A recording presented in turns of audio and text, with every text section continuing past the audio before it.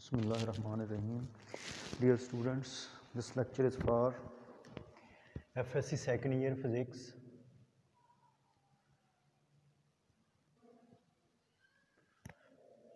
Second year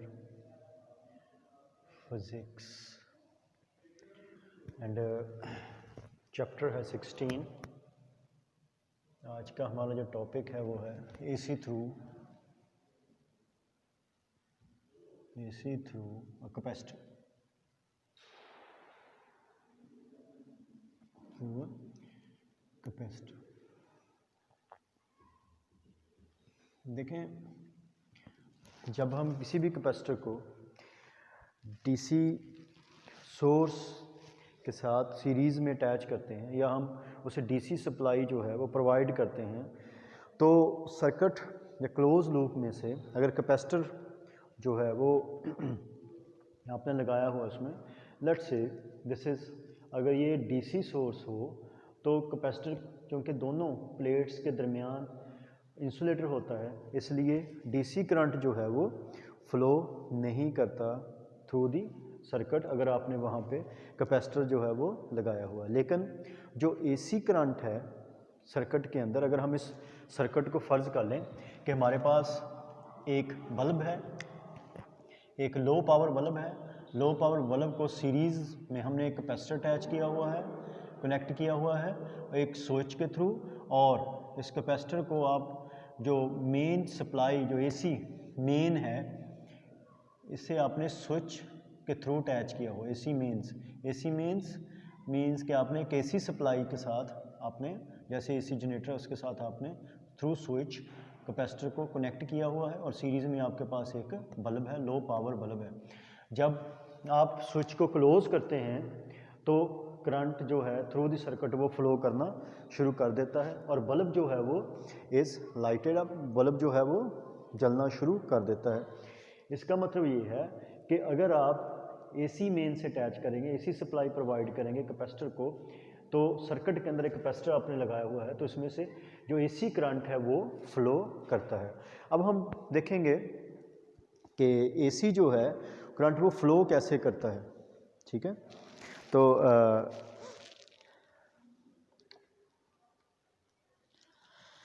the current is flowing through capacitor.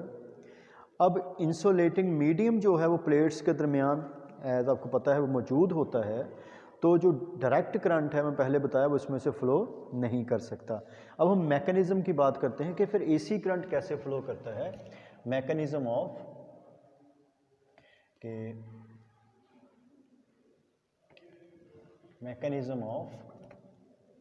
Flow of AC current, flow of AC through that circuit, कि जो mechanism है AC current का वो क्या है, how AC current flow through the circuit. AC current कैसे flow करता है। देखें, कैपेसिटर में से alternating voltage continuously charge and discharge capacitor plates.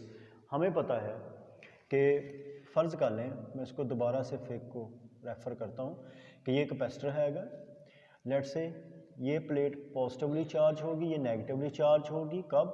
देखिए, अगर एसी सप्लाई के साथ आपने इसको अटैच किया है कैपेसिटर को, अगर यहाँ पे देखें, अगर शुरू में जो करंट की डायरेक्शन क्या है, ये यानी ये पॉजिटिव टर्मिनल है लेट्स से हाफ साइकिल में, तो आपको पता है साइनोसाइडली वेरी करती है वैल्यू वोल्टेज की या करंट की डायरेक्शन भी और वैल्यू भी, ठीक है। अगर हम करंट की डायरेक्शन फ़र्ज़ कर लें तो ये पॉजिटिव टर्मिनल अगर हुआ, ये पहले हाफ साइकिल में क्या होगा, नेगेटिव होगा। तो आपको पता है कि जो कैपेसिटर की प्लेट पॉजिटिव टर्मिनल से जोड़ेंगे इस पर पॉजिटिव चार्ज आ जाएगा, ये नेगेटिव टर्मिनल से जोड़ेंगे इस पर नेगेटिव चार्ज आ जाएगा। तो थ्रू अ पॉजिटिव साइकिल जो होगा 0 to T/2, तो जो चार्ज की मैग्नीट्यूड होगी इस प्लेट पे पॉजिटिव चार्ज इंक्रीज़ कर रहा होगा, इस पे नेगेटिव चार्ज क्या कर रहा होगा, इंक्रीज़ कर रहा होगा, तो चार्ज इंक्रीजिंग। लेकिन जब नेक्स्ट हाफ आएगा तो पोलैरिटी क्या हो जाएगी, ऑपोजिट हो जाएगी, ये पॉजिटिव टर्मिनल होगा, ये नेगेटिव होगा। अब क्या होगा, पहले साइकिल में क्या होगी, चार्जिंग होगी, अगले हाफ साइकिल में क्या होगा, अब यहाँ पे देखें वैल्यू जो पोलैरिटी है वो रिवर्स हो जाएगी। अब जो पॉजिटिवली चार्ज प्लेट है that is attach to negative terminal of battery, and जो नेगेटिवली चार्ज है that is attach to positive terminal of battery. ये एक केस यहाँ पे अराइज हो जाएगा। अब क्या होगा, क्योंकि नेगेटिव चार्जेस जो हैं वो पॉजिटिव पे जाएंगे, इसको न्यूट्रलाइज करते जाएंगे, पॉजिटिव चार्जेस नेगेटिव प्लेट पे जाएंगे, न्यूट्रलाइज करते जाएंगे। इस तरह चार्ज क्यू की मैग्नीट्यूड क्या होनी शुरू हो जाएगी, कम होनी शुरू हो जाएगी। ठीक है, मीन्स के नेगेटिव में जैसे जैसे वैल्यू नेगेटिव वैल्यू बढ़ेगी तो इसकी वैल्यू जो है वो क्या होनी शुरू हो जाएगी, कम होनी शुरू हो जाएगी। अब ये पॉजिटिव होगा, ये नेगेटिव। अब क्या होगा, चार्ज जो प्लेट्स चार्ज हो गई हैं अब इन पे चार्ज की जो वैल्यू है वो डिक्रीजिंग होगी यहाँ से यहाँ। फिर जब ये न्यूट्रलाइज हो जाएंगे फिर दोबारा इस डायरेक्शन में ये नेगेटिवली चार्ज हो जाएगी, ये पॉजिटिवली चार्ज हो जाएगी। तो पहले ये डिस्चार्ज होगी, डिस्चार्ज होने के बाद दोबारा फिर इस डायरेक्शन में क्या हो जाएगी, ये चार्ज नेगेटिवली चार्ज होगी, ये पॉजिटिवली। फिर दोबारा जब ये पॉजिटिव अगले हाफ साइकिल में जाएंगे दोबारा फिर ये पॉजिटिव टर्मिनल और ये नेगेटिव, फिर इस पे जो नेगेटिवली चार्ज हो जाएगी फिर दोबारा ये डिस्चार्ज होना शुरू हो जाएगी। जब फुली डिस्चार्ज हो जाएगी फिर दोबारा ये ऑपोजिट चार्जेस के साथ क्या होनी शुरू हो जाएगी, चार्ज होनी शुरू हो जाएगी। यानी नेक्स्ट में ये पॉजिटिव हो जाएगा, ये नेगेटिव हो जाएगा। ठीक है, अब इस पर पहले नेगेटिवली चार्ज होगी, ये पॉजिटिवली चार्ज हो जाएगी। फिर जो पॉजिटिव चार्ज यहाँ पे जाएंगे, नेगेटिव चार्जेस को न्यूट्रलाइज करके इसको डिस्चार्ज करेंगे प्लेट्स को, ये नेगेटिव चार्ज इसको डिस्चार्ज करेंगे और दोबारा फिर जो डायरेक्शन होगी करंट की वो अब क्या होगी, ये दोबारा ये डायरेक्शन हो जाएगी और दोबारा प्लेट्स जो है ये पॉजिटिवली चार्ज हो जाएगी, ये नेगेटिवली चार्ज हो जाएगी। इस तरह ये जो एक मैकेनिज़्म है ये इस तरह कंटिन्यू रहता है और कंटिन्यूसली जो प्लेट्स हैं ऑफ द कैपेसिटर वो चार्ज और डिस्चार्ज होती रहती हैं। इस तरह जो करंट है वो अपनी डायरेक्शन रिवर्स करता है और करंट जो है वो क्या होता है, फ्लो करता रहता है। तो डियर स्टूडेंट्स, यहाँ पे अगर हम बात करें तो डियर स्टूडेंट्स कि आई होप सो कि आप इस पॉइंट को पिक कर रहे हैं। और यहाँ पे हम बात कर रहे हैं मैकेनिज़्म की। तो जो चार्ज हमने पढ़ा है कि अगर लेट से कैपेसिटर की कैपेसिटेंस C है और जो पोटेंशियल डिफरेंस है सोर्स का वो क्या है, V है, तो चार्ज की मैग्नीट्यूड जो होगी on either of the plates will be Q is equal to CV। तो हम प्रीवियसली पढ़ चुके हैं V होता है V0 साइन ओमेगा t। तो इसी तरह अगर हम यहाँ V की वैल्यू पुट कर दें तो Q is equal to C V0 sine omega t। अब दोनों इक्वेशंस को अगर हम कंपेयर करें, let's say this is equation number 1, this is equation number 2, दोनों को कंपेयर करें एज C जो कैपेसिटर है कैपेसिटेंस है वो भी, और V0 मैक्सिमम जो वैल्यू है जो वो सोर्स दे रहा होगा वो कांस्टेंट्स हैं, दोनों कांस्टेंट होंगे, दोनों वैल्यूज़ क्या होंगे, कांस्टेंट। सो जो Q है वो किस पे डिपेंड करेगा, साइनोसॉइडली जो है वो चेंज होगा V की वैल्यू भी और Q की वैल्यू भी। तो यहाँ दोनों इक्वेशन से क्योंकि C और V0 क्या है, कांस्टेंट्स हैं, तो Q जो है इसकी वैल्यू डिपेंड करेगी साइन ओमेगा t पे। सिमिलरली V की वैल्यू भी डिपेंड करती है साइन ओमेगा t पे। यहाँ पे देखें when t is equal to 0 तो हम देखना चाहते हैं कि Q और V आया वो दोनों इन फेज होंगे या नहीं होंगे। तो व्हेन अगर हम t इज इक्वल टू 0 होगा एट O, अगर इस फैक्ट को देखें एट O जब t इज इक्वल टू 0 होगा तो यहाँ t 0 पुट करें V भी 0 होगा और यहाँ t 0 पुट करें साइन 0 0 और Q भी क्या होगा, 0 होगा, Q इज इक्वल टू 0।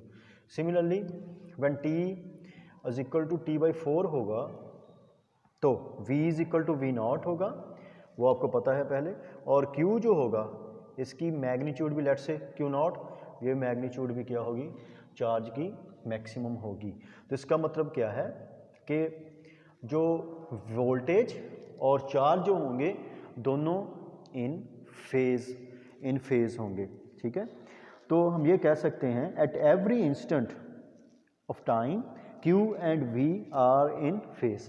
तो यहाँ से मैं आपको अगर अलग से ये फिग में देखें कि ये जो है ये वोल्टेज को रिप्रेजेंट कर रही है ग्राफ कर्व ये, और ये जो डॉटेड है ये चार्ज को रिप्रेजेंट कर रही है। अब देखें जब t इज इक्वल टू 0 होगा तब वोल्टेज भी 0 और चार्ज की मैग्नीट्यूड भी 0। जब A पॉइंट पे क्या होगा, टाइम t/4 होगा तब वोल्टेज की वैल्यू मैक्सिमम होगी और Q की वैल्यू भी क्या होगी, मैक्सिमम। फिर वोल्टेज कम होता जाएगा और t is equal to t/2 पे Q चार्ज की मैग्नीट्यूड भी क्या होगी, 0 होगी। यानी इसका मतलब क्या है कि अब ये टोटली डिस्चार्ज क्या हो जाएंगी, डिस्चार्ज होगी। Q की वैल्यू क्या हो जाएगी, 0। इसके बाद जब टाइम क्या होगा 3t/4 होगा, t इज इक्वल टू, तब वोल्टेज की वैल्यू मैक्सिमम, लेकिन पोलैरिटी क्या होगी, डिफरेंट होगी। इसी तरह यहाँ पे टाइम जो चार्ज है उसकी वैल्यू भी क्या होगी, मैक्सिमम होगी, लेकिन पोलैरिटी डिफरेंट। मतलब जो पॉजिटिव पहले प्लेट पॉजिटिवली चार्ज थी वो नेगेटिवली चार्ज हो जाएगी, नेगेटिवली चार्ज प्लेट है वो क्या हो जाएगी, पॉजिटिवली चार्ज हो जाएगी। और Q और V क्या होंगे, इन फेज होंगे, ठीक है। अब हम अगर बात करें आल्टरनेटिंग करंट की, तो I जो है वो हमें पता है I होता है delta Q over delta T। या पहले मैं आपको ये अलग से दिखा दूं कि ये अगर वोल्टेज है, ठीक है। अब देखें जो ये वैल्यू होगी चार्ज की और दोनों क्या होंगे, इन फेज। ये पॉइंट है, अगर ये पॉइंट लेट से O है तो यहाँ पे Q की वैल्यू भी मैक्सिमम और चार्ज वोल्टेज की वैल्यू भी मैक्सिमम। यहाँ पे जब करंट की वैल्यू 0 हो जाएगी, ज़ाहिर है फिर क्या होगा, जो चार्ज की वैल्यू भी, अब वो चार्ज प्लेट्स नहीं होंगी, वैल्यू 0 होगी, फिर दूसरी डायरेक्शन में वो चार्ज होनी शुरू हो जाएंगी, फिर चार्ज मैक्सिमम हो जाएगा, फिर दोबारा वो डिस्चार्ज होना शुरू हो जाएंगे। इस तरह Q और V both will be in phase, ठीक है। अब हम अगर बात करें यहाँ पे value of I eight any instant, जब हम AC के फ्लो के मैकेनिज्म की बात करें, अब हम value of I, value of current, alternating current at any instant, current की वैल्यू जो है वो क्या होगी। अब देखें, we know that current is rate of flow of charge delta Q over delta T। तो जो करंट की वैल्यू होगी वो will depend upon slope of, किसका slope, slope of TQ graph, time and जो वर्सेस चार्ज जो है इस ग्राफ के स्लोप पे डिपेंड करेगी। तो वो हम पढ़ चुके हैं, आपको याद होगा जब हम वेलोसिटी टाइम ग्राफ जो है फर्स्ट ईयर में पढ़ा था हमने वेलोसिटी टाइम ग्राफ। तो वेलोसिटी टाइम ग्राफ में अगर वेलोसिटी वेरिएबल है तो किसी भी लम्हे जो एक्सेलरेशन की वैल्यू है वो वेलोसिटी टाइम ग्राफ पे जो टेंजेंट है, ठीक है, उस पे स्लोप पे डिपेंड करता है। सिमिलरली यहाँ पे भी जो करंट की वैल्यू होगी किसी भी इंस्टेंट पे, अब देखिए वो क्या है, एक्सेलरेशन होता है delta V over delta T, तो वो V के स्लोप पे, T और V के स्लोप पे डिपेंड करती है एक्सेलरेशन की वैल्यू। I है delta Q over delta T, तो करंट की जो वैल्यू है किसी भी लम्हे डिपेंड करेगा स्लोप ऑफ TQ ग्राफ या QT graph, T versus Q graph जो है। अब T वर्सेस Q ग्राफ ये इसके स्लोप पे डिपेंड करेगी। अब हम यहाँ पे देखेंगे कि Q वेरीज, हाउ करंट जो है इंस्टेंटेनियस करंट वेरीज, वो उस पर डिपेंड कैसे करता है, कैसे वेरी करता है। Let's say this is curve for the value of की, या this curve shows the variation in Q। यहाँ पे देखें एट O पे सबसे पहले हम लेते हैं एट O, जब n t is equal to क्या है 0, जब t 0 है Q की वैल्यू कितनी है, दैट इज़ 0। लेकिन यहाँ पे जो ग्राफ हम जो होगा टी क्यू ग्राफ, इस पे अगर हम स्लोप लें किसी पॉइंट पे स्लोप क्या होगा, जो टेजेंट का जो स्लोप हम लेंगे, यहाँ पे देखें इसका यहाँ पे स्लोप जो है वो क्या है, ओ पे मैक्सिमम है ये। लेकिन जैसे जैसे हम आगे बढ़ते जाते हैं स्लोप की वैल्यू क्या होती जाती है, कम होती जाती है। यहाँ पे जो स्लोप होगा टेजेंट का किसी भी इस पॉइंट पे वो क्या हो जाएगा, पैरेलल हो जाएगा। यहाँ पे स्लोप क्या होगा, 0 होगा। ठीक है, आपको शायद पता हो, देखें अगर किसी भी कर्व का जो अगर आपने स्लोप लेना है, let's say this is curve, अगर हमने इस पॉइंट पे कर्व का स्लोप लेना है तो हम क्या ड्रॉ करेंगे, यहाँ पे हम एक टेजेंट लाइन ड्रॉ करेंगे। ठीक है, और टेजेंट लाइन जो है जितना एंगल बनाएगी एक्स एक्स के साथ, इसका आप क्या लेंगे, टेन थीटा लेंगे, वो इस पॉइंट पे कर्व का क्या होगा, स्लोप होगा। ठीक है, अब स्लोप जो है उसके लिए वैल्यू के लिए मैं क्या लेता हूँ, टेजेंट।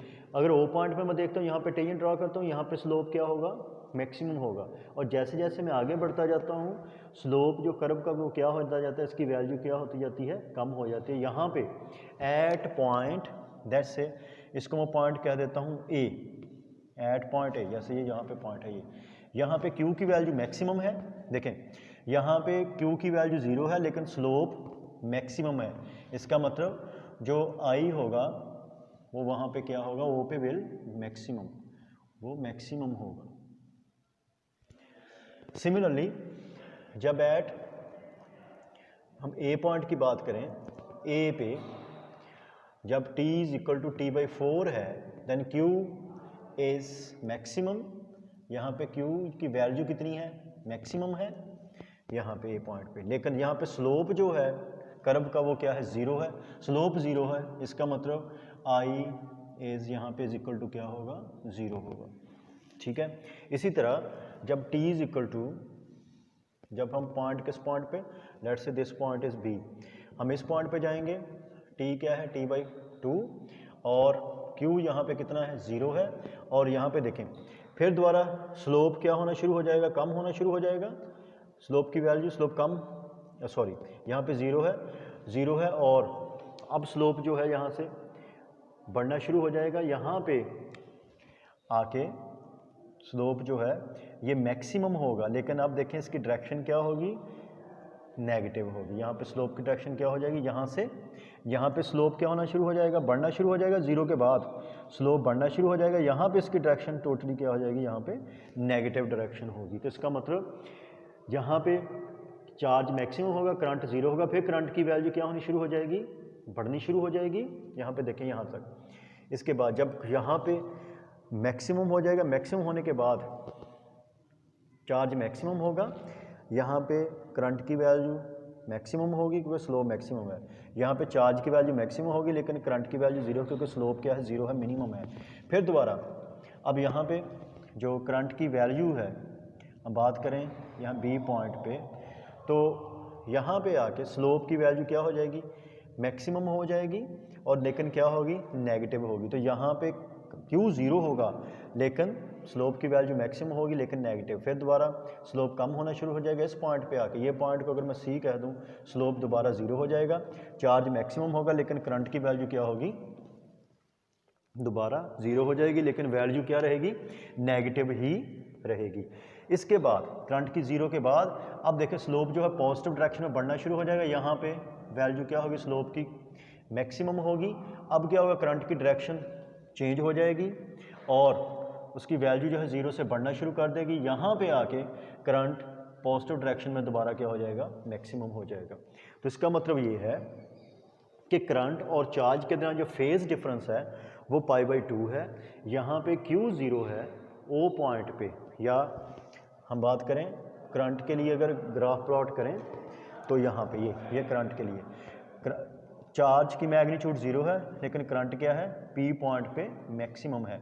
तो P2N यहाँ पे लें, P2N यहाँ तक, यहाँ से P2 यहाँ से O से A तक, जो करंट मैक्सिमम, चार्ज 0। फिर चार्ज जो है वो बढ़ना शुरू हो जाएगा और यहाँ पे जो स्लोप है वो कम होना शुरू हो जाएगा। तो करंट की वैल्यू यहाँ से क्या होनी शुरू हो जाएगी, कम होनी शुरू हो जाएगी। यहाँ पे चार्ज ए पे या एंड पॉइंट जो है, यहाँ पे चार्ज की मैग्नीट्यूड क्या हो जाएगी, ज़ीरो हो जाएगी, लेकिन करंट की चार्ज मैक्सिमम हो जाएगा, फिर करंट की मैग्नीट्यूड क्या हो जाएगी, ज़ीरो।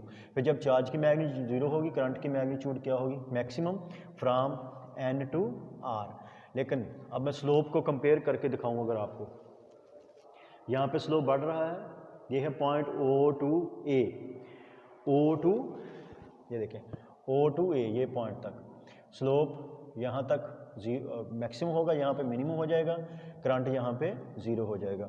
तो P से N पॉइंट तक, यहाँ तक जो करंट की वैल्यू है वो स्लोप क्या हो रहा होगा, स्लोप पहले मैक्सिमम है, स्लोप मिनिमाइजिंग, या स्लोप जो है वो डिक्रीज़ हो रहा होगा, करंट डिक्रीज़ हो रहा होगा, और P to N slope decrease हो रहा होगा, तो P N करंट की वैल्यू क्या हो रही, कम हो रही होगी। ठीक है। अब अगर बात करें यहाँ से A टू B, अब स्लोप क्या हो रहा होगा, दोबारा बढ़ना शुरू हो जाएगा यहाँ से, लेकिन डायरेक्शन क्या हो जाएगी, अब देखें डायरेक्शन यहाँ स्लोप की क्या हो जाएगी, चेंज हो जाएगी, और यहाँ पे स्लोप की डायरेक्शन मैक्सिमम होगी और नेगेटिव होगी। तो इस तरह यहाँ से N टू R दोबारा फिर स्लोप जो है वो बढ़ना शुरू हो जाएगा, लेकिन डायरेक्शन रिवर्स होगी, और R पे जाके जो करंट होगा, अब स्लोप क्या होगा, इंक्रीजिंग होगा, लेकिन डायरेक्शन क्या हो जाएगी, रिवर्स हो जाएगी, और N टू R करंट की मैग्नीट्यूड बढ़ेगी और R पे आके मैक्सिमम होगी, लेकिन डायरेक्शन क्या हो जाएगी, ऑपोजिट हो जाएगी। फिर R टू S जो है, यहाँ पे R टू S, और यहाँ पे क्या होगा, B to C, sorry C to यहाँ से। अब दोबारा फिर जब करंट यहाँ से यहाँ पे फिर ज़ीरो हो जाएगा C पॉइंट पे, जब स्लोप ज़ीरो हो जाएगा, चार्ज मैक्सिमम होगा इस पॉइंट पे देखें, और करंट की वैल्यू क्या हो जाएगी, यहाँ पे ज़ीरो हो जाएगी। ये क्या होगा, R से R टू S। ये सिमिलरली ये जो होगा next S to T, slope के साथ साथ जो वैल्यू है वो चेंज होती जाएगी। तो यहाँ पे देखें, अगर O से यहाँ से O पे, अगर O पॉइंट की बात करें, यहाँ चार्ज की मैग्नीट्यूड ज़ीरो है, करंट जो है वो उसकी जो फेज़ है वो कितना है, π/2 है। तो इसका मतलब एट O पे, O पॉइंट पे जो करंट है वो π/2 फेज से लीड कर रहा है, π/2 करंट जो है वो लीड कर रहा है, कितने फेज से, बाई फेज π/2 करंट जो है वो लीड कर रहा है। इसी तरह अगर हम N पे बात करें, N पे देखें जो चार्ज है उसका फेज़ कितना होगा, वोल्टेज का वो π/2 होगा, लेकिन जो करंट है इसका फेज़ कितना हो जाएगा, यहाँ पे ये π/2 के बाद ये कितना हो जाएगा, पाई। तो यहाँ पे भी फेज़ डिफरेंस कितना है, π/2। इसका मतलब जो करंट है π/2 से लीड कर रहा है। यहाँ पे जाएंगे, यहाँ पे जो फेज़ होगा चार्ज का वो पाई होगा, लेकिन इसका कितना हो जाएगा, 3π/2। तो यहाँ भी π/2 से वो लीड कर रहा होगा। इस तरह मुख्तलिफ पॉइंट्स पे जाएंगे तो जो करंट है वो चार्ज और वोल्टेज को π/2 से क्या कर रहा है, लीड कर रहा है। तो इस तरह आप मुख्तलिफ पॉइंट्स पे फाइंड कर सकते हैं कि फेज़ जो होगा, डिफरेंस जो होगा वो करंट विल लीड इन, इस सर्किट में करंट विल लीड कितने फेज से, π/2 फेज से चार्ज को और दूसरा वोल्टेज को। तो अगर वेक्टोरिकली हम ज़ाहिर करें, वेक्टर फॉर्म में लिखें तो आपको पता है, तो अगर जो चार्ज है या वोल्टेज है उसकी डायरेक्शन ये होगी वहाँ पे, तो ये करंट आई की डायरेक्शन होगी। तो π/2 से ये जो करंट है वो क्या कर रहा होगा, लीड कर रहा होगा, ये वेक्टोरिकल फॉर्म। अब हम बात करते हैं reactance of a conductor, sorry capacitor. Capacitor की रिएक्टेंस क्या है।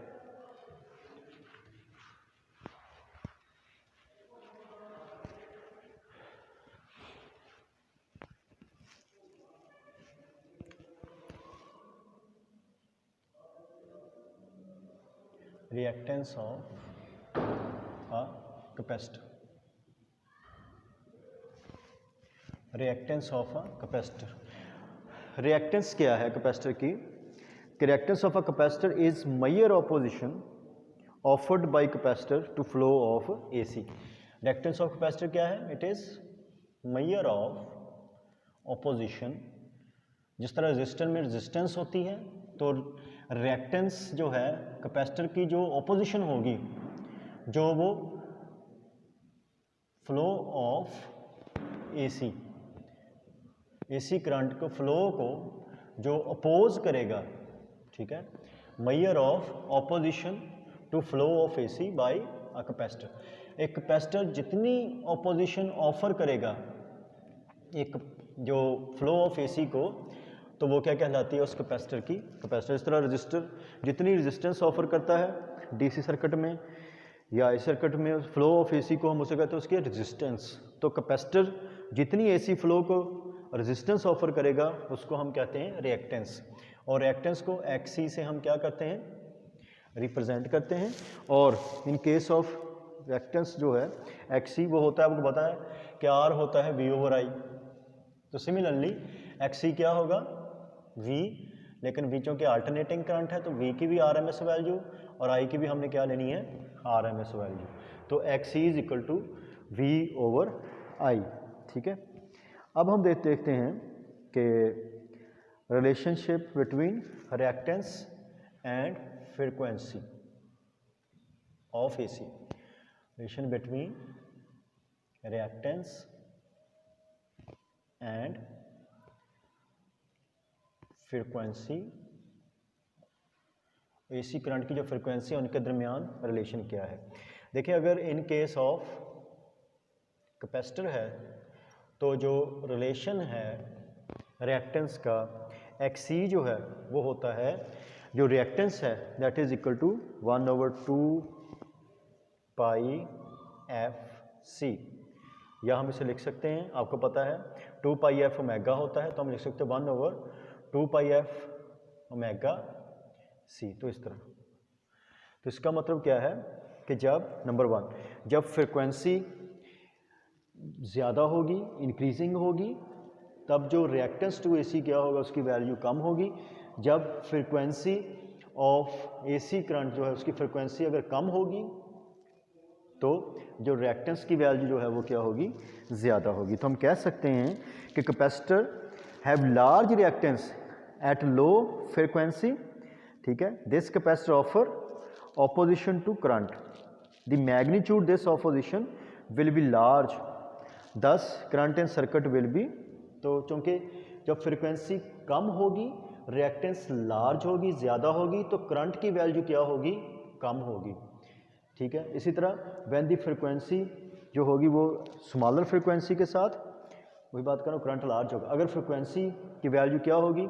ज़्यादा होगी विद ग्रेटर फ्रीक्वेंसी, या एट हाई फ्रीक्वेंसी रिएक्टेंस लो होगी, दस high frequency current through same capacitor will be large. तो अगर फ्रीक्वेंसी हाई होगी, ठीक है, तो यहाँ पे जो करंट की वैल्यू क्या हो, रिएक्टेंस क्या होगी? कम होगी, और करंट की वैल्यू क्या होगी? वो ज़्यादा होगी। The value of current will be large. उम्मीद करता हूँ डियर स्टूडेंट्स आपको समझ आ गई होगी। अल्लाह हाफ़िज़।